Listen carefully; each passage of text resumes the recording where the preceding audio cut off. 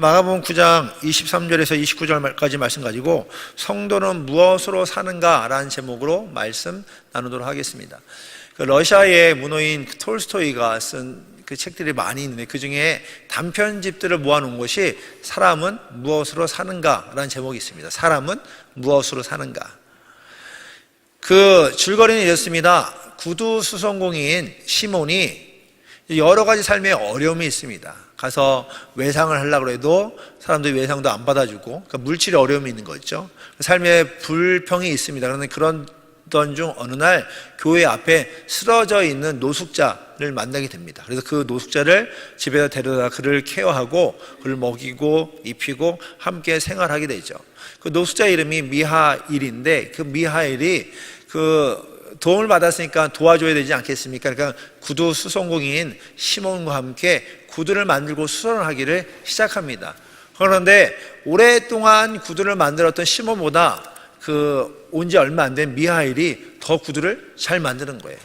그래서 까탈스러운 손님들이 와서 구두를 요청할 때도 미하일이 만들면 그들의 입맛에 맞게 만족시키고, 그리고 그런 말미암아 그 안에서 일어나는 해프닝들을 쭉 그 소설을 만들었습니다. 그런데 그 안에 그 세 가지 질문을 합니다. 그래서 그 세 가지 질문이 뭐냐면, 그 소설 안에서 사람의 마음속에 무엇이 있는가, 또 사람에게 주어지지 않는 것은 무엇인가, 또 사람은 무엇으로 사는가.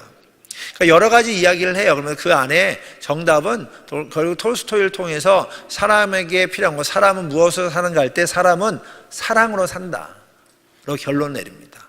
그래서 톨스토이가 받은 하나님의 사랑을 자신이 받았으니까 이 하나님의 사랑에 대해서, 또 이웃의 사랑에 대해서, 자기 자신의 사랑에 대해서, 그래서 사람은 사랑으로 산다 이야기합니다. 그래요. 사람은요, 사랑으로 삽니다. 특별히 우리는 어떻습니까? 저와 여러분이 하나님의 사랑으로 살아가고 있지 않습니까? 하나님의 사랑으로 예수를 그리스도로 고백하고 하나님의 사랑을 누리며 살아가는 하나님의 백성인 줄 믿습니다. 또 우리의 환경 가운데 하나님께서 풍성한 사랑 허락하셨기 때문에 오늘도 우리가 살아갈 수 있고, 또 이 삶을 통해서 하나님께 사랑의 고백을 드리고 있습니다. 그러니까 이 땅에 살아갈 때 사랑이 필요하고요, 사랑으로 살아갈 때 그 풍성한 열매를 거두게 됐고, 또 그 사랑을 말미암아 하나님의 살아계심을 경험하게 되는 것입니다. 이렇게 사랑이 중요합니다. 그래서 사랑이 없으면요, 능력 있고 은사가 있어도 울리는 꽹과리에 불과해요. 그러니까 소리만 요란하지 아무 열매 없는 삶을 살 수가 있습니다. 사랑이 중요합니다. 더욱더 하나님의 풍성함을 살아가기 위해서는 사랑이 중요합니다. 그런데 많은 이들이 이렇게 사랑이 중요하다고 이야기하는데, 그러면 이 사랑의 밑바탕, 파운데이션은 무엇이 필요할까요? 사랑이란 열매를 누리기 위해서 그 누림의 시작점, 그러니까 씨앗은 무엇일까요? 특별히 그리스도인이 이 땅에서 승리하며 살아가기 위해서 필요한 거 있으면 무엇일까요? 오늘 우리가 읽은 그 마가복음 9장은요, 그 한 가정의 아픔으로부터 시작됩니다. 많은 이들이 이렇게 모여 있습니다. 무리들이 이렇게 모여 있어요. 함께 모여서 많은 사람들이 모여 있습니다. 그러니까 모여 있다는 것은 그들의 관심사가 하나 있다는 것이죠. 그 관심 가는 일이 있어서 함께 모였는데 그 중에 제자들도 있고 서기관들도 있습니다. 그러니까 제자들도 있고 서기관들도 있다라고 이야기하는 것은 그 안에 제자들과 서기관들과 논쟁이 있다는 겁니다. 한쪽은 백, 한쪽은 흑, 서로 흑이 맞다, 백이 맞다, 서로 논쟁하고 있다는 것이죠. 특별히 서기관은요, 쉽게 말하면 성경을, 구약 성경 율법을 쓰는 사람, 그때는 인쇄술이 없잖아요. 그러니까 성경을 다 썼단 말이죠. 성경을 필사하고 율법을 필사하고 또 그것들을 읽고 묵상하고 가르치는 성경 교사였습니다. 그러니까 성경에 해박한 자들이 서기관이었어요. 그래서 그 신약 성경 보면 예수님께서 어떤 사역을 할 때 꼭 등장하는 인물이 두 그룹이 있습니다. 서기관과 바리새인들. 그러니까 서기관과 바리새인들이 율법을 너무너무 잘 알았단 말이죠. 그러니까 율법을 가지고 나서 예수님이 무슨 일을 하면 안식일에 병 고쳤다면 율법 보고 안식일에 병 고치는 거 이거 죄야, 불순종이야, 잘못한 거야. 예수님의 사역을 보면서 온통 판단하고 율법의 잣대로 사사건건 옳고 그름을 판단하고 정죄하던 이들이 서기관, 바리새인들입니다. 오늘 우리가 읽은 이 본문에는요, 특별히 논쟁거리 한 사람에게 집중됩니다. 그 사람 누구냐면요, 바로 귀신 들린 사람이에요. 그 어느 정도 심한지 증상이 오늘 17절, 18절, 21절, 22절 보면 그 증상들이 쭉 기록되어 있습니다. 귀신 들렸는데요, 그가 어릴 때부터 그랬고요, 말도 못하고요, 그리고 귀신이 그를 잡아 거꾸로 트리고요, 그리고 거품 흘리고 이를 갈고 경련을 일으키고 몸이 뻣뻣해지고, 또 귀신이 그 아들을 죽이려고 불 가운데도 던져놓고 물 가운데도 자주 던졌다라고 기록되어 있습니다. 생각해보시죠. 얼마나 힘들겠습니까? 아들이 귀신 들렸는데 귀신에 지배받고 있는 그 아들도 힘들지만 그 아들 때문에 힘겨워하는 가족들, 아들의 힘듦 때문에, 아들의 어려움 때문에, 아들의 일어난 일 때문에 가족들도 함께 힘든 삶을 살고 있었습니다. 할 수 있는 건 다 해봤어요. 그 할 수 있는 거 다 해봤기 때문에 오늘도 보니까 소문에 예수님에 대한 이야기가 나오고, 그러다 보니까 예수님의 제자들에게 찾아갔습니다. 이 아들의 문제를 해결해달라고 요청한 거죠. 그런데 어때? 제자들은 어떻습니까? 오늘 본문에 보면요, 그의 삶의 문제를 해결해 주지 못합니다. 해결되지 못한 문제도 큰 낙심인데 보니까요, 많은 무리 속의 제자들이 서기관과 서로 논쟁하고 있습니다. 반박하고 있으면서 이 사람이 귀신 들린 게 누구 잘못이냐, 어떤 율법에 어겨서 그러냐, 누구의 원인이 있느냐, 그걸 찾고 있단 말이죠. 귀신 들린 아들이 고침 못 받은 것보다 더 큰 문제가 여기에 있습니다. 제자들이나 서기관들의 눈에는요, 그 영혼의 문제점, 귀신 들린 그 영혼, 귀신이라는 그 문제점은 보이지만 그 제자들이나 서기관들에는요, 영혼이 보이지 않는 겁니다. 영혼에 대한 궁일함도, 영혼에 대한 소중함도 없습니다. 요한복음 9장에 보면요, 비슷한 상황이 나옵니다. 날 때부터 보지 못한 시각장애우가 나와요. 그러니까 시각장애우가 보지 못한다는 문제를 갖고 있었단 말이죠. 그러니까 보지 못한다는 그 큰 불편함이 있음에도 불구하고 그것을 안고 있는 장애를 바라보는 제자들의 모습이 어떤가? 요한복음 9장 1절에 이렇게 질문합니다. 제자들이 그 예수님께 물어 이르되 라삐여, 선생님이여, 이 사람이 소경으로 난 것이 네 죄로 임함입니까? 자기 오니까 그 부모이니까. 그런 거죠. 이 사람이 시각장애우인데 선생님, 이 시각장애가 누구의 잘못입니까? 저 사람의 죄입니까? 저의 부모의 죄입니까? 이 질문은요, 그 당시에 유대인들이 흔히 하는 질문이란 말이죠. 그러니까 율법에 이게 맞냐 틀리냐, 율법을 좀 안다는 사람은 율법으로 판단하고 정죄하는 거예요. 누구의 죄냐, 그러니까 누가 원인이냐, 그 원인을 찾고자 함이죠. 오늘 본문과 또 요한복음 9장과 동일하게 그 문제를 찾고자 하는 그 마음은 있지만 그 안에 영혼에 대한 궁휼함과 소중함 없는 관심이고 질문이었습니다. 이 질문에 선생님, 이 소경된 것이 그가 시각장애우로 태어난 것이 그의 잘못입니까? 그의 부모의 잘못입니까? 라고 질문하니까 예수님께서는 여기 이렇게 대답하죠. 요한복음 9장 2절 말씀입니다. 한번 요한복음 9장 2절 말씀 같이 읽어볼까요? 9장 3절입니다. 같이 시작.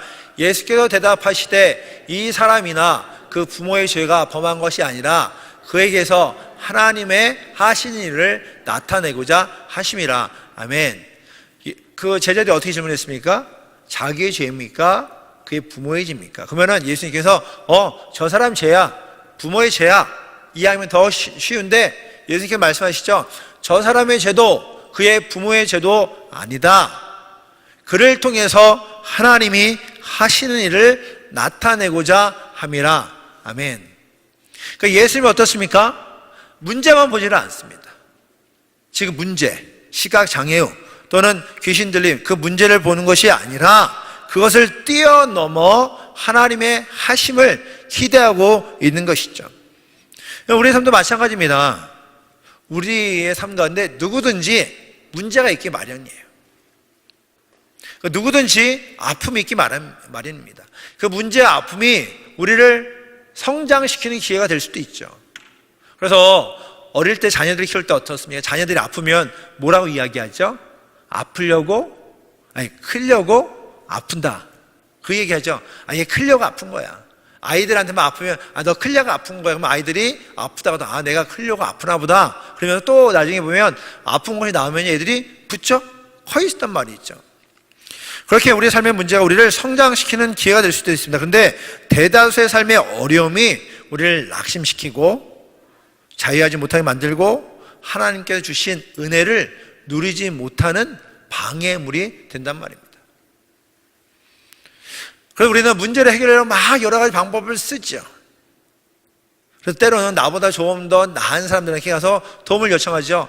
내가 이런 아픔이 있어요. 이런 어려움이 있어요. 좀 나를 위해 좀 도와주시고 기도해 주세요. 근데 어때요? 도움을 필요로 문제를 나누지만 많은 경우에는 문제가 해결되기보다는 다른 사람들은 가십거리로 그냥 이야기해버리고 또 그로 인해 관계가 어려워질 때도 있습니다. 예수님의 제자들도 마찬가지였습니다. 서기관도 마찬가지였습니다. 그런데 예수님은 달랐어요. 예수님께서는 영혼을 만날 때마다 긍휼히 여기셨습니다. 그들에게 천국 복음을 선포하셨습니다. 하나님 나라를 가르쳐 주셨습니다. 병을 고치시고 문제를 해결해 주셨습니다. 그래서 하나님이 하신 일을 직접 경험하도록 하나님께서 하신 일을 직접 누릴 수 있도록 예수님께서는 그 영혼들에게 다가가셨습니다. 왜 그렇습니까? 예수님께서 그리스도 되시고 우리의 구원자 되시고 하나님의 아들이시기 때문에 그렇습니다. 문제 앞에서 사람들의 죄를 탓하지 않습니다. 정죄하지 않습니다. 예수께 나오는 자들에게 너 이거 잘못했어, 너 이건 잘못이야, 이 율법 어겼어, 이렇게 죄를 탓하고 정죄하지 않습니다. 예수님께서는 은혜를 받을 수 있는 기회를 허락해 주십니다. 그들에게 하나님의 하신 일을 나타내고 천국을 경험할 수 있도록 예수님께서는 그 천국 복음을 선포하십니다. 그 예수님은요 지금도 마찬가지예요. 많은 문제를 가지고 나온 우리를 동일한 눈으로 보신단 말입니다. 저와 여러분을 보시고 예수님께서는 긍휼히 여기십니다. 불쌍히 여기십니다. 그리고 지금도 우리와 함께 하시고 그리고 지금도 하나님의 일하심을 경험할 수 있도록 우리에게 기회를 허락해 주시는 겁니다. 예수님께서는 지금도 일하시고 하나님이 하시는 일을 우리를 통해 보게 하시는데 그런데 그 예수님께서는요 예수님의 이러한 천국의 능력이 자신에게 제한되지 않기를 원하셨습니다.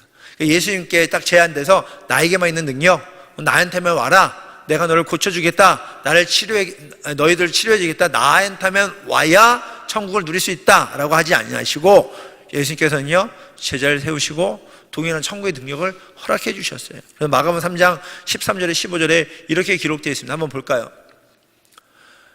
한번 같이 읽어볼까요? 시작. 또 산에 오르사 자기의 원하는 자들을 부르시니 나온지라 이에 12를 세우셨으니 이는 자기와 함께 있게 하시고 또 보내사 전도도 하며 귀신을 내어쫓는 권세도 있게 하려 하심이라. 아멘. 예수께서요 제자들을 부르셔요. 그리고 그를 세우십니다. 그래서 천국 복음을 선포하게 하십니다. 그러면서 오늘 말씀에도 귀신을 내쫓는 권능을 가지게 하십니다. 보세요. 예수님께 있던 천국의 능력을요 예수님만 소유하지 않고 제자들에게 나눠주십니다. 제자들 나누고 이 천국의 능력을 누리며 살도록 이미 선포해 주셨습니다. 그런데 제자들 어떻습니까? 오늘 말씀 보니까요 귀신 들린 아들의 문제를 가지고 온 아버지가 이렇게 하소합니다. 9장 18절에 선생님의 제자들에게 내쫓아 달라고 하였으나 그들이 능히 하지 못하더라. 선생님의 제자들에게 이 귀신을 내쫓아 달라고 요청했는데 그들이 못했습니다. 여러분, 예수님께서 능력을 주시지 않으셨습니까? 능력 주셨잖아요. 천국을 소유한 백성을 살도록 이미 선포하셨습니다. 그런데 무엇이 문제일까요? 뭐가 문제일까요? 분명히 예수님께서 말씀하시고 그 말씀대로 누리도록 약속해 주셨는데 무엇이 문제일까요? 오늘 19절에는 이렇게 말씀하고 계십니다. 제자들의 모습 보면서 믿음이 없는 세대요. 내가 너희와 얼마나 함께 있으며 얼마나 너희를 참으리요 말씀하시면서 믿음이 없는 세대요. 한번 따라해 볼까요? 믿음이 없는 세대요.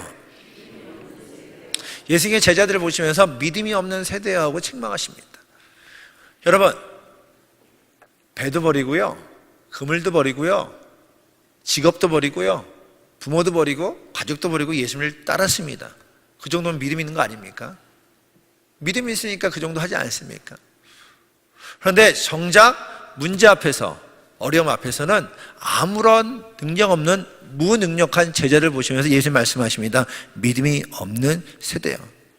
여러분, 능력이 없는 것이 아니라 믿음이 없는 거예요.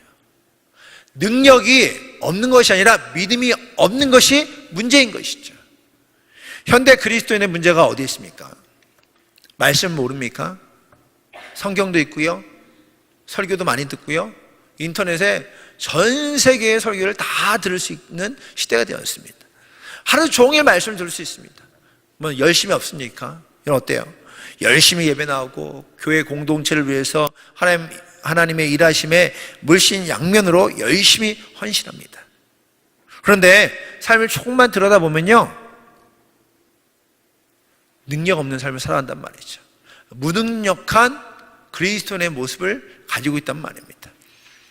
그리스도인들의 모습은 보이지 않고요, 바람만 조금만 불면 넘어지고 쉽게 포기하는 연약한 모습이 존재한 것이 바로 저와 여러분의 모습이라는 것입니다. 왜 그렇습니까? 예수님의 시대처럼 제자들에게 예수님이 함께 하셨던 것처럼 예수님이 우리의 삶 가운데 함께 하시지 않기 때문에 그렇습니까? 아니면 하나님께서 저와 여러분의 삶을 외면하시기 때문에, 그래서 우리가 이렇게 무능력하게 살아가는 겁니까? 아니면 오늘도 하나님이 말씀하시지 않고 은혜 주시지 않으니까, 내 기도 들어주시지 않으시니까 그래서 우리가 이렇게 무능력하게 살아가고 있습니까? 아니요, 결코 그렇지 않습니다. 하나님께서는 예수님을 통해서 말씀하시고 내가 너희와 늘 함께 하겠다 약속하셨습니다. 세상 끝날까지 너희와 함께 하시겠다고 이미 약속하셨습니다. 또한 성령을 우리에게 보내주셔서 성령 하나님을 통해서 하나님의 일하심을 경험할 수 있도록 우리에게 허락해 주셨단 말입니다. 그리고 하나님께서 지금도 동행하시고 우리의 삶을 주관하고 계십니다. 그렇다면 도대체 무엇이 문제입니까? 그건 단 하나입니다. 그것은 우리가 믿음이 없기 때문에. 우리의 믿음 없음이 무능력하고 연약한 그리스도인의 삶을 살아가게 만든다는 것이죠. 우리의 문제가 어디에 있느냐? 바로 능력이 아니라 믿음 없음이 저와 여러분의 문제라는 것입니다. 그러니까 귀신 들리는 아버지와 예수님에 대해 한번 보십시오. 예수님께서 이렇게 말씀하시니까 귀신 들린 아들의 아버지가 이렇게 고백합니다. 22절에 예수님, 무엇을 하시든지 할 수 있거든 우리를 불쌍히 여겨주시고 도와주십시오. 그러니까 이 이야기를 듣고 다시 많은 무리 가운데 있던 그 귀신 들린 아들의 아버지가 요청하는 거예요. 예수님, 할 수 있거든 저를 불쌍히 여겨주십시오. 제가 맨 처음 말씀 시작하면서 뭐라 말씀하셨나? 예수님께서는 영혼을 불쌍히 여기시고 긍휼히 여기신다 말씀하시지 않았습니까?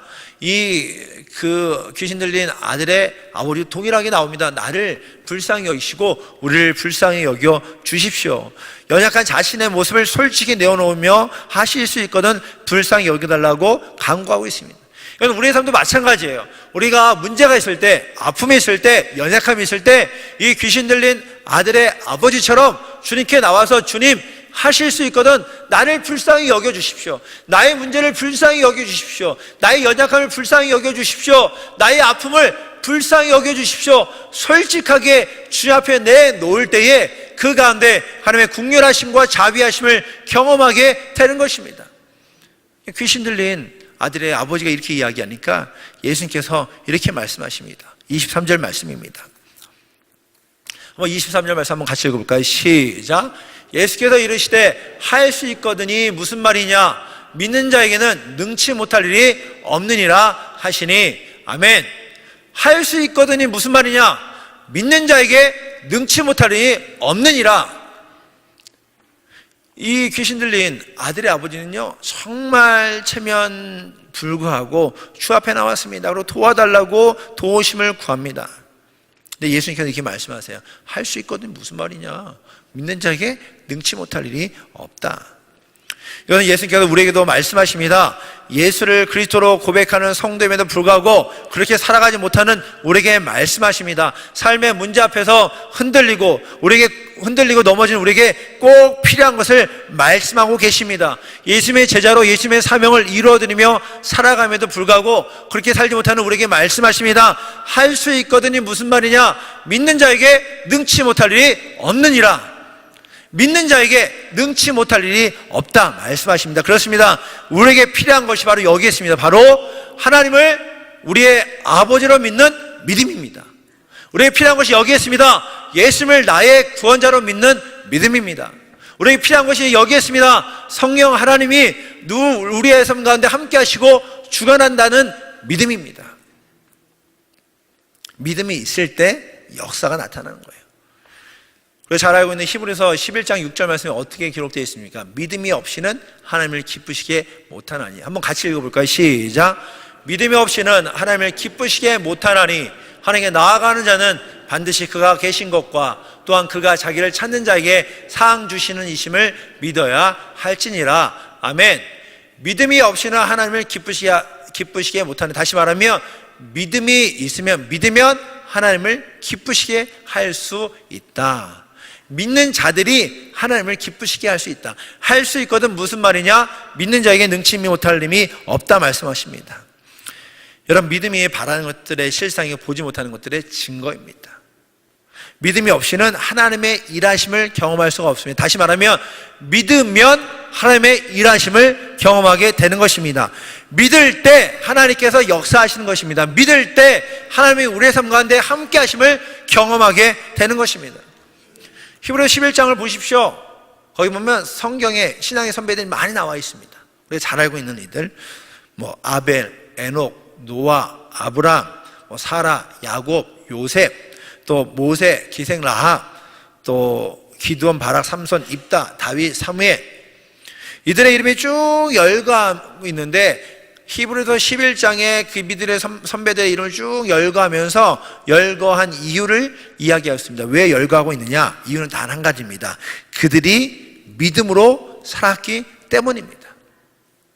아벨도 믿음으로 제사했고, 에녹도 믿음으로 주님과 동행했고, 노아도 믿음으로 방주를 지었고, 아브라함도 믿음으로 본토 신정 아비집을 떠났고, 그리고 사라도, 야곱도, 요셉도, 모세도, 그리고 그 밖에 믿음의 선배들이 믿음으로 주님만 신뢰하고 하나님만 붙잡고 살아갔기 때문에 믿음으로 살아서 승리했음을 히브리서 11장에 기록하고 있습니다. 그럼 우리 삶도 마찬가지라는 것이죠. 2000년도에 그 많은 그 이슈가 되었던 책 중에 하나가 지선아 사랑해라는 책입니다. 그 안에 보면 이지선 양이 2000년도 7월 30일, 지금 이때네요. 꼭 그 18년 전에 그 이지선 자매가 이화여대 유아교육과 4학년이었습니다. 아주 공부도 잘하고, 그리고 미모도 있고, 믿음도 좋은 믿음의 딸이었는데, 오빠와 공부를 끝내고 나오다가 음주운전 차에 치여서 그 자매가 몸에 그 전신 55%가 전신 3도 화상을 입었습니다. 그래서 7개월 동안 40번이 넘는 수술을 했고요. 그럼에도 불구하고 얼굴에 화상 자국이 남아있고, 손가락이 녹고, 코가 녹고, 입술이 녹고, 좀 말로 다 할 수 없는 아픔을 겪게 되었죠. 그런데 그 자매가 그런 환경 가운데 있으면서도 낙심하지 않고 그 고난 가운데 주님만 신뢰하고 살아가서 최근에 UCLA에서 사회복지학 그 박사를 얻었고 이제 한국에서 교수를 하고 있습니다. 여러분, 그 자매가 그 책에서 전체적으로 책 전체에서 말하는 것이 엄청난 고난과 아픔과 눈물이 있었는데, 그런데 그 가운데 자신이 이길 수 있었던 것이 하나라는 것이죠. 그때 그가 다녔던 교회에 목사님이 신방 오지 않았겠습니까? 신방 오고 그를 위해 기도하고, 또 그 자매가 수술을 하고 나서 교회에 왔는데 찬양단으로 열심히 찬양했는데 찬양을 할 수가 없는 거예요. 왜냐하면 입이 다물어지지가 않는 거예요. 계속 침이 흘러내리고, 그리고 말로 다 할 수 없는 고통과 아픔이 몸에 있는 겁니다. 그런데 그 가운데 목사님을 통해서 선포하는 겁니다. 이때를 위한 믿음이다. 낙심 가운데 있을 때 이때를 위한 믿음이다. 어려움이 있을 때 이때를 위한 믿음이다. 슬픔 가운데 있을 때 이때를 위한 믿음이다. 이때를 위한 믿음이다. 이때를 위한 믿음이다. 절망과 낙심과 근심 가운데 있는데 이때를 위한 믿음이라는 말씀 가운데, 이 어려움 가운데 승리할 수 있는 것이 바로 믿음이라는 그 말씀이 그 자매에게 들려지게 되는 것이죠. 그래서 남들이 볼 땐 낙심이고 절망이고 한계인데 그것을 뛰어넘어 하나님의 일하심을 경험하게 되었고, 그로 말미암아 그는 믿음으로 살아가 승리하게 되는 것을 보게 됩니다. 오늘 시간 우리의 삶도 마찬가지입니다. 우리 삶의 현장에서 하나님의 인도하심을 누리기에 필요한 것이 무엇입니까? 또 지금도 살아계시고 역사하시는 하나님을 경험하기 위해서 필요한 것이 무엇입니까? 우리의 구원자 되신 예수 그리스도, 그가 우리의 삶의 주인임을 고백하고 그분만 붙잡고 살아가기 위해서 필요한 것이 무엇입니까? 그건 단 하나입니다. 바로 믿음입니다. 예수님께서 말씀하신 할 수 있건 무슨 말이냐, 믿는 자에게 능치 못할 일이 없느니라 라고 선포하시니까 그 이야기를 들은 귀신 들린 아들의 아버지가 이렇게 이야기하죠. 9장 24절에 곧 그 아이의 아버지가 소리질러 이르되 내가 믿습니다. 나의 믿음 없는 것을 도와주시옵소서. 자신이 믿음 없던 걸 알았죠. 아마 오면서 자신의 아들의 귀신 들림이 해결되지 않음을 말미암아 제자들을 원망했을 겁니다. 그 안에는 누구의 잘잘못이 따지는 서기관을 원망했을 것입니다. 많은 무리를 보고 그들도 원망했을 것입니다. 그런데 그것이 문제가 아니었던 거예요. 제자가 문제가 아니라, 서기관이 문제가 아니라, 무리가 문제가 아니라 바로 믿음 없음으로 말미암아 하나님의 능력을 경험하지 못했던 것입니다. 오늘 시간 우리의 고백도 마찬가지입니다. 우리에게 필요한 것이 바로 이것입니다. 주님, 내가 믿습니다. 내가 예수님을 믿습니다. 예수님이 나의 구원자 되심을 믿습니다. 내가 하나님을 믿습니다. 하나님은 나의 삶의 주관 되심을 믿습니다. 내가 믿습니다. 예수 그리스도를 통해서 나의 문제가 해결됨을 믿습니다. 내가 믿습니다. 예수 그리스도가 나의 모든 것됨을 믿습니다. 이렇게 믿음으로 고백할 때 그 가운데 하나님께서 함께하여 주셔서 하나님의 일하심이 나타날 줄 믿습니다. 예수님을 믿음으로 귀신이 내어좀을 믿습니다. 예수님을 믿음으로 병 고침 받음을 믿습니다. 예수님을 믿음으로 예수님을 통해서 하나님의 일하심을 경험하게 될 줄 믿습니다. 우리가 기도할 것이 바로 여기 있죠. 주님, 내가 믿음이 없습니다. 나의 믿음을 도와주시옵소서. 다른 사람 탓할 것이 없어요. 세상을 탓할 것이 없단 말이죠. 가장 큰 문제가 여기에 있습니다. 우리가 예수 믿습니다 하고 믿고 붙잡아야 되는데 어떻습니까? 많은 사람들이요, 내가 붙잡고 있는 것이 하나님이 아니기 때문에 능력 없게 살아간단 말이죠. 보십시오. 손 안에 조금만 쥐어주면요, 붙잡고 놓지를 않아요. 조금만 돈이 들어오면 그 돈 붙잡고 이게 하나님이냐 붙잡고 살아가죠. 그리고 내 안에 능력이 있으면 능력 붙잡고 살아가죠. 건강이 있으면 건강 붙잡고 살아가죠. 또 권세가 있으면 권세 붙잡고 살아가죠. 세상 것 있으면 세상 것 붙잡고 살아가죠. 그래서 세상 것을 붙잡으면서 하나님 붙잡아야 될 그 손을 다른 거 붙잡고 있으니까 하나님을 온전히 붙잡고 살아가지 못하는 것입니다. 오늘 우리가 고백할 것이 여기 있습니다. 주님, 내가 믿음이 없습니다. 나의 믿음 없는 것을 도와주시옵소서. 나의 믿음 없는 것을 용서해 주시옵소서. 하나님, 나의 믿음을 반석처럼 견고케 해 주시옵소서. 흔들리지 않는 믿음을 주시옵소서. 예수님 한 분만으로 충분하다고 고백하며 예수님만 붙잡고 살아가는 믿음의 성도 되게 주시옵소서. 이거는 큰 믿음을 요구하는 것이 아닙니다. 예수님께 말씀하시죠. 마태복음 17장 20절에 이렇게 기록하고 있는데 한번 마태복음 17장 20절 말씀 볼까요? 같이 읽겠습니다. 시작. 가라사대 너희의 믿음이 적은 영혼이라 진실로 너희에게 이르노니 너희가 만일 믿음이 한 겨자씨만큼 있으면 이사를 명하여 여기에서 저기로 옮기리라 하여도 옮길 것이요 또 너희가 못할 것이 없으리라. 아멘. 보십시오.